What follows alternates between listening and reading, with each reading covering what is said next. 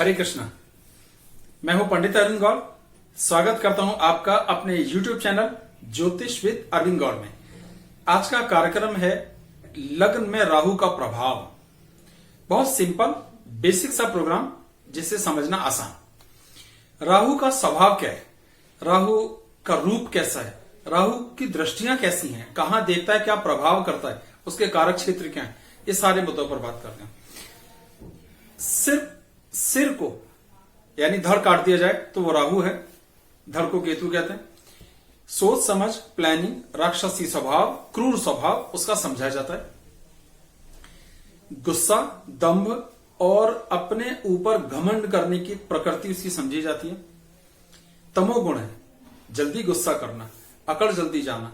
दक्षिण पूर्व दिशा उसकी दिशा समझी जाती है। तो अगर वो मेष लगन में होगा, हम सारी लगनों पे इसकी चर्चा करते हैं और बीच बीच में जरूरी बातें मैं बताता रहूंगा और वीडियो को आखिर तक जरूर देखें। इसके प्रभाव को कम करने का भी एक उपाय, एक मंत्र आपको दूंगा जिससे आपको लाभ हो। आप उसे करेंगे तो आपको फायदा प्राप्त हो राहु के कुप्रभाव से बचने का। मेष लगन में जब राहु रहेगा तो राहु के प्रभाव से, क्योंकि वो वहां शत्रु राशि में रहेगा, तो क्रोध, गुस्सा, तनाव, फ्रस्ट्रेशन, दांतों की तकलीफ, बालों की सुंदरता, दांतों की सुंदरता खराब होगी। वैवाहिक जिंदगी में थोड़े से तनाव आएंगे। पत्नी अच्छी मिलेगी पर वैवाहिक जिंदगी में थोड़े से तनाव देखने में आएंगे। संतान के साथ दिक्कतें आएंगी, एजुकेशन पूरा करने में दिक्कतें आएंगी, सही मौके पर सही डिसीजन लेने में दिक्कत आएगी। पर दूसरों को सलाह देने की गजब की ताकत होती है, दूसरों का मार्गदर्शन करने की गजब की ताकत होती है। ऐसे आदमी हैं। भाग्य की स्थिति बात करते हैं, पिता से तालमेल की स्थितियां एवरेज रहती हैं। अपने पोते पोतियों के साथ तालमेल की बात करें, धर्म के प्रति थोड़ा सा विचार कम रहता है, धार्मिक ज्यादा नहीं समझे जाते हैं ऐसे लोग। तो माता पिता के साथ तालमेल की स्थितियां एवरेज के आसपास रहती हैं, पर खास तौर पर पिता के साथ। तो मेष लगन की टोटलिटी में जो बात बनकर आई वो क्या आई कि उनमें मार्गदर्शन की, किसी भी तरह का दिशा निर्देश देने की बड़ी अच्छी ताकत होती है। दूसरों की समस्याओं को सॉल्व करने की गजब की ताकत होती है। कानून की समझ, कानून की बारीकियों की समझ बहुत अच्छी होती है। पर अपनी संतान के साथ तालमेल करने में दिक्कत आती है, अपने स्वास्थ्य के साथ तालमेल में दिक्कत आती है। एसिडिटी, दांतों की दिक्कतें उनको थोड़ी सी जल्दी हो जाती है। तो ये एक मेष लगन की स्थिति बनी। वृषभ लगन की बात करते हैं। वृषभ लगन में स्थिति अच्छी है, मित्र हैं, अपने घर में सौगरई है, कुछ किताबों के हिसाब से यहां पर उच्च राशि में भी काउंट किए जाते हैं। तो सेहत को, व्यक्तित्व को एक सुंदर आयाम देते हैं। आपकी बात का वजन बढ़ेगा, लोग आपकी इज्जत करें, आपकी कद्र करें, आपकी सामर्थ्य की कद्र करें। आपका फैलाव बहुत होगा, मतलब आपके दोस्तों की संख्या बहुत होगी। मोटे तौर पर हर डिपार्टमेंट में आप किसी ना किसी को पहचानते हैं, ऐसी स्थिति बनाएगा। तो आपकी शान, आपकी पोजीशन, आपकी ताकत को इंप्रूव करता है। संतान के साथ तालमेल की स्थितियां बहुत अच्छी होती हैं, उनके साथ विचार मिलने की स्थितियां अच्छी होती हैं। अपनी पढ़ाई लिखाई को पूरा करने का योग अच्छा बनता है। इसे कूटनीतिक योग भी कहते हैं। ऐसे आदमी में जबरदस्त सामर्थ्य होती है अपने बचाव को करते हुए दूसरे का लाभ कैसे निकाला जाए। आप अच्छे वकील, अच्छे मैनेजमेंट के सारे लोगों को देखेंगे तो उनकी लगन में राहु हो सकता है। मैं ऐसा दावा नहीं कर रहा हूं कि सिर्फ राहु, और जगह से भी असर पड़ता है, पर राहु का असर। भाग्य की स्थितियां भी ठीक रहती हैं, पिता से भी तालमेल की स्थितियां ठीक रहती है। तो ले देखिए, जहां वो खराब करता है वैवाहिक जीवन, पत्नी से तालमेल नहीं होने देता है, उनके साथ तालमेल में दिक्कतें आती हैं। तो जो वृषभ लगन वालों की अगर लगन में राहु है तो वैवाहिक जिंदगी पर तनाव जरूर आएगा। क्या करना चाहिए उनको? राहु का दान करें और हीरा पहने, इससे उन्हें लाभ होगा। ठीक है। मिथुन लगन की बात करते हैं। यहां तो अपनी उच्च राशि में होते हैं, मैक्सिमम ताकतवर होते हैं। उनकी अकल, उनकी सामर्थ्य, उनकी किसी भी मुद्दे पर विचारशीलता, मार्गदर्शन बहुत पावरफुल होता है। भारी भरकम कूटनीतिक योग होता है। अपना विचार प्रकट नहीं होने देते, मन में क्या चल रहा है उसको छुपा के रखने की ताकत होती है। संतान के साथ तालमेल की स्थितियां अच्छी होती हैं। पढ़ाई लिखाई बहुत अच्छी होती है, पर पढ़ाई में थोड़ी ऑब्स्टिकल्स आती हैं, दिक्कतें आती हैं। पढ़ाई पूरी करने में छोटी मोटी समस्या आती है। लेकिन वैवाहिक जिंदगी को थोड़ा सा तनाव देखने में आता है, क्योंकि उसकी नीचे दृष्टि बढ़ती है सातवें घर पे। तो वैवाहिक जिंदगी थोड़ी सी प्रभावित होती है, पर भाग्य, पिता के साथ तालमेल की स्थितियां बहुत अच्छी रहती हैं। तो मिथुन लगन वालों के लिए भी अगर लगन में राहु है तो लगभग बहुत अच्छा है, गोमेद धारण करें और अधिक लाभ प्राप्त होगा। कर्क लगन की बात करते हैं। कर्क लगन में जिनका लगन का नंबर 4 है और राहु देवता वहां विराजमान है, तो ये मूल त्रिकोण राशि के गिने जाते हैं। अच्छे हैं, लाभप्रद हैं, सोच समझ, प्लानिंग, अकड़, गुस्सा, दम्भ बहुत। पर एक कमी होती है, खुद काम ना करके दूसरों को काम बांटना या दूसरों को मार्गदर्शन करने के ही शौकीन होते हैं, स्वयं काम करने में नहीं। इसलिए अपनी अकल का हद से ज्यादा इस्तेमाल करते हैं। संतान से तालमेल थोड़े खराब होते हैं, गैप बच्चों के बीच में देखने में आता है, एबॉर्शन की स्थितियां देखने में आती हैं, चाह की भी पढ़ाई पूरी नहीं कर पाते, आमतौर पर जितना पढ़ते हैं उस पढ़ाई का भी वास्तविक लाभ नहीं ले पाते। वैवाहिक जिंदगी अच्छी होती है, पत्नी से तालमेल की स्थितियां अच्छी रहती हैं, व्यापार, जीवन स्तर, स्टेटस, रुतबा इंप्रूव होता है, भाग्य की स्थिति एवरेज रहती है, माँ बाप के साथ रहने का योग थोड़ा सा कम हो जाता है। तो ऐसा देखने में आता है कर्क लगन वालों को कि माता पिता से वो सुख प्राप्त नहीं होता जितना वो उम्मीद करते हैं, लेकिन बाकी सभी चीजें अच्छी हैं। आप भी गोमेद धारण कर सकते हैं, इससे आपको लाभ होगा। सिंह लगन की बात करते हैं। अब सिंह लगन में वो शत्रु है, तो क्या होगा कि आपका स्वभाव में इस तरह की अकड़ देगा, इस तरह का दंभ देगा कि वो आप ही के लिए नुकसानदायक साबित हो।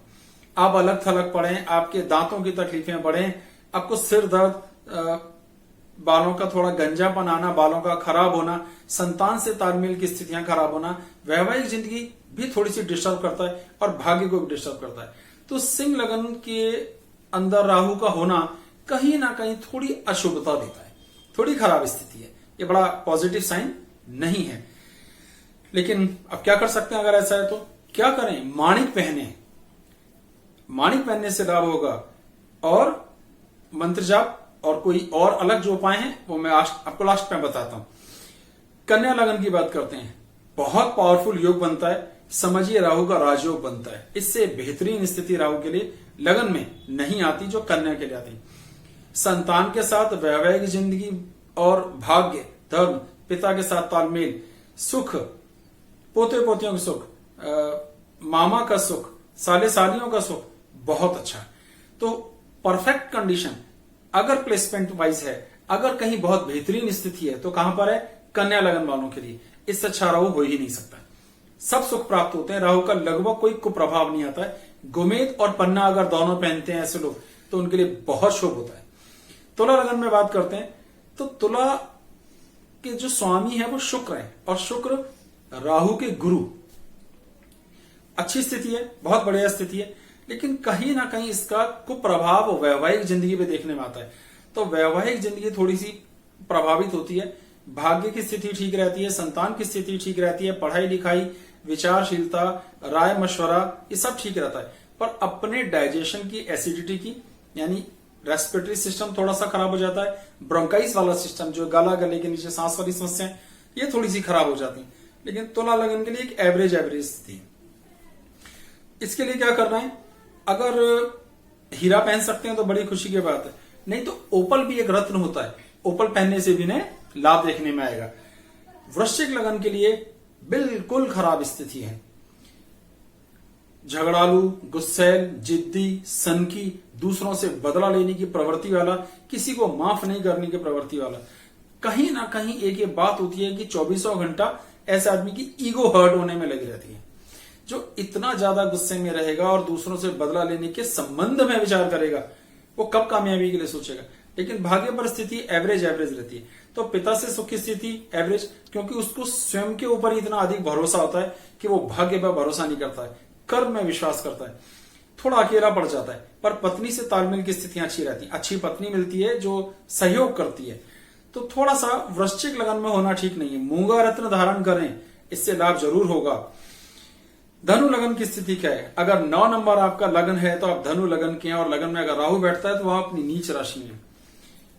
कहीं ना कहीं आपकी प्लानिंग और जो अक्ल और जो सोच समझ है अच्छी होने के बाद भी पढ़ाई पूरी करने में दिक्कत आती है, एजुकेशन को लेकर के समस्याएं देखने में आती हैं, चाह के भी उतनी पूरी नहीं होती, गैप आता है। आमतौर पर स्कूल से कॉलेज के बीच में 1 साल खराब हो जाता है, कभी कंपटीशन के नाम पे, कभी किसी और वजह से, लेकिन ये दिक्कतें देखने में आती है। भाग्य के लिए पिता के साथ भी तालमेल, यानी पिता से भी विचार नहीं मिल पा रहे, संतान से भी विचार नहीं मिल पा रहे, पत्नी से भी विचार ज्यादा नहीं मिल पा रहे, तो थोड़ा गड़बड़ हो जाता है। फिर भी वाइफ अच्छी होती है, तालमेल करने की कोशिश करेंगी। धनु लगन में, मकर लगन की बात करते हैं, एवरेज स्थिति है, ना बहुत अच्छी ना बहुत खराब।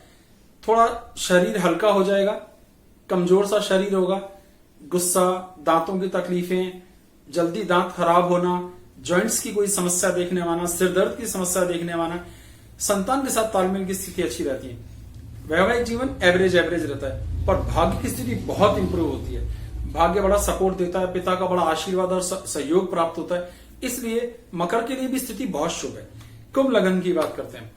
लगन में जब बैठते हैं तो फिर से मित्र हो गए, अच्छे हो गए, सोच समझ प्लानिंग अच्छी हो गई, विचार अच्छे हो गए, अपनी अकल का सही इस्तेमाल करने की कोशिश करता है ऐसा आदमी, सलाह देने में मास्टर समझा जाता है ऐसा आदमी, संतान से सुख प्राप्त करता है, माता पिता से सुख प्राप्त करता है। लेकिन कहीं ना कहीं पत्नी के साथ विचारशीलता में तकलीफें आती हैं, पत्नी से उतने विचार नहीं मिल पाते जितने मिलने चाहिए थे। ये छोटी छोटी समस्याएं देखने में आती हैं, लेकिन कुल मिलाकर अच्छा है। क्या करना चाहिए? गोमेद रत्न धारण करना चाहिए, इससे लाभ जरूर होता है।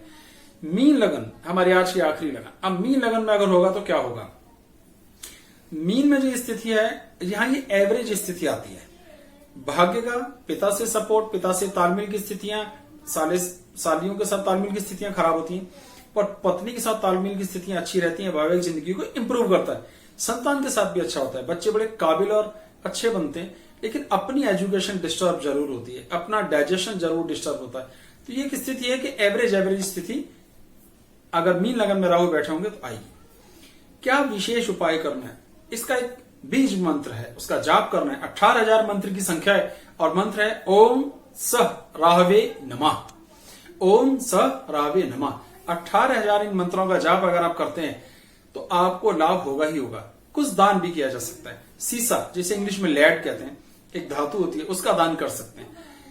कंबल का दान कर सकते हैं, तिल का दान कर सकते हैं, काले सरसों के तेल का दान कर सकते हैं। इन सभी चीजों के दान से 17 भी दान में दे सकते हैं, से जितनी भी राहत आनी होगी वो जरूर आएगी। तो आज का ये कार्यक्रम आपको कैसा लगा? इसके संबंध में अगर आपको कुछ पूछना है या अपना विचार प्रकट करना है, कमेंट बॉक्स में जाइए, जितना संभव होगा आपके उत्तर देने की कोशिश की जाएगी। हमारे चैनल को लाइक करें, सब्सक्राइब करें और आगे शेयर भी करें। बहुत बहुत धन्यवाद। हरे कृष्णा।